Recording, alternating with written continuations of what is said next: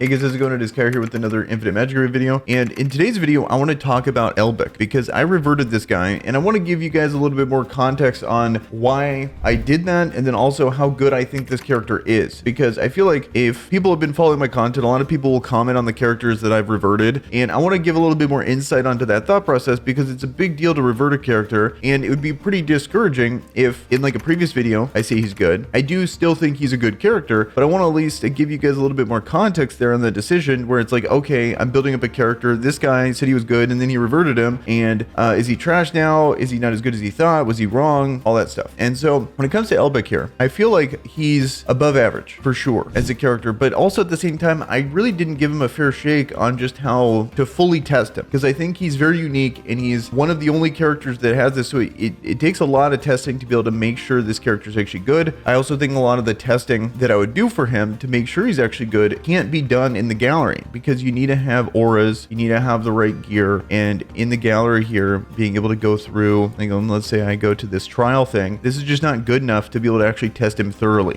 in my opinion. Also, another reason as a content creator, I want to be able to cover other characters, and Santa, I pulled him. I was playing this and I wasn't doing any content on it. I just think Nicholas is clearly far and away a better character. I pulled him, so I just reverted Elbek for him, because you know, if you have Nicholas and you have Elbek, I would say Nicholas is an absolute no-brainer. Build him up first, then maybe consider building up Elbek afterwards. Potentially Elsa here. This is another character that I think is going to take a lot of testing. I don't have her fully booked yet, so that is a character that I want to test, but at the moment don't use too much, to be honest. Even though I think she's good, I don't know how good yet, because it takes so much testing for a character like this, because she's unique in the sense that she has all this healing here. She has a very complex passive. I think it's going to take a pretty heavy investment to actually fully understand if she's really good or not, or not only if she's good. I think it's pretty clear that she's good, but just how good specifically. Same with Quinlan. It took a very long time for me to get the books to be able to test this guy, and I think this guy's absolutely busted, but it's nice to know that for sure with testing. And with Elbek, there's all these other characters here that are a priority, and it's hard for me to want to invest in all the books on him, all of the other things too, because I think one of the things about this guy's kit that makes him tough to test is I think this guy's going to take exclusive 1 probably for sure, because I think he becomes a whole nother character the second you get exclusive 1. He also has the ramping passive with his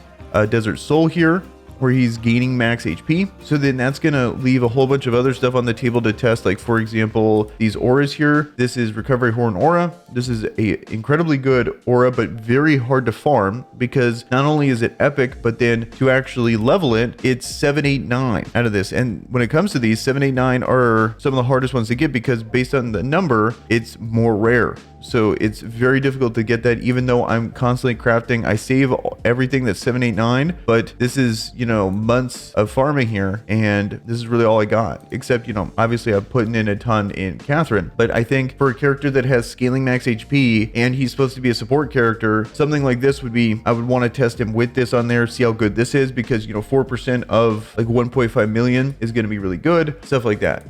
But that's just going to take so much time, then maybe I'll do that later. For example, when I have more of those auras, and focus on other characters and make highlights on other characters, stuff like that. So that's another reason why I reverted him, even though I don't think he's a bad character for sure. He definitely helped me out a ton. Tower Mark, I use him in my Tower Mark 29 team. I really feel like having a second support behind Catherine is really nice, but if you already have Wim is going to do his job just as good, maybe even a little better, because he has those built-in passive shields, stuff like that. I really like Wim. A lot of people end up reverting their Wim for Catherine. I like pairing Wim with Catherine, because you can stagger the shields and really cover so many situations where Catherine doesn't have a shield, but Wim would have a shield up. For example, they both have 3-turn cooldown shields if you have exclusive 2 Wim and exclusive 3 Catherine. Before I had exclusive 3 Catherine, that 4-turn cooldown on her shield was a really big deal. So another reason why you'd want someone else in there. Elbek would fill that role, Wim would fill that role, and a lot of people have Wim anyway because he was guaranteed on the first battle pass. So that's why it's hard to recommend a character that's basically doing the same thing in that situation. Even though I think Elbek's better, it's like, okay, epic version versus the legendary version, it's so much harder to get the books for the legendary version. So that's another reason why maybe stay away from Elbek. Another thing that I think is really cool that has a lot of potential is the damage potential he has, because he doesn't have any limitations. He does damage off of his HP, but he has no limitations on that. So it's like he has scaling HP, and then you can build him with crit rate, crit damage, all that stuff, and he can actually hit pretty hard. And so maybe with a little bit more investment, maybe you build him with an aura that is specific for damage. For example, I have this on a lot of characters here. This blue one, very reasonable to get because it's not crazy like a purple one. You can get these up pretty quick. This Victory Rush aura, 13.5% additional damage here, even more if they're under control status. Like let's say you put the silence of you have like an Ascendo go down, silence everyone, and then you get even more damage. Maybe even you have Santa, he comes in, freezes people, and then you get more damage. So like there's multiple different versions to build him, and I think that each version takes equally as hard as a investment to truly know if he's good or not. And then lastly, just the book investment too. Like it's pretty much the same thing. It's just I don't have the books for it. It takes forever. It takes like multiple weeks to get the books to get a brand new legendary without reverting someone. So that is another reason why I'm just not gonna prioritize it. So it's like if you end up pulling him and you have like a red mark team, maybe you're pushing for kind of on the side. You have a faction Abyss team. There's a lot of good characters in this faction here. You know, if you have these guys up, like let's say pull this character,